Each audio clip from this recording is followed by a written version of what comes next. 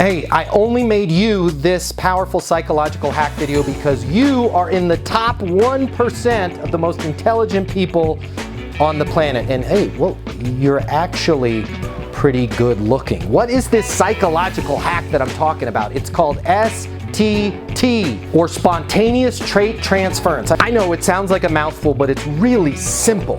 When you talk about others in positive ways, the people listening to you can't help but transfer those same traits to you. This is why people that talk negative and talk smack about people all the time never have any friends and nobody likes them. Feel free to compliment other people. Feel free to tell them that you think they're smart, they're intelligent, they can do anything. They're simultaneously going to transfer those traits to you.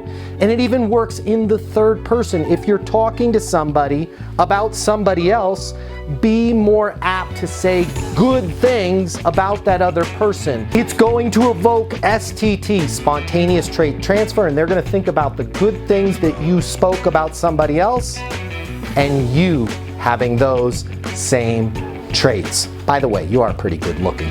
My name's Matt Easton. Consider following me for more tips on how you can be successful in business and life.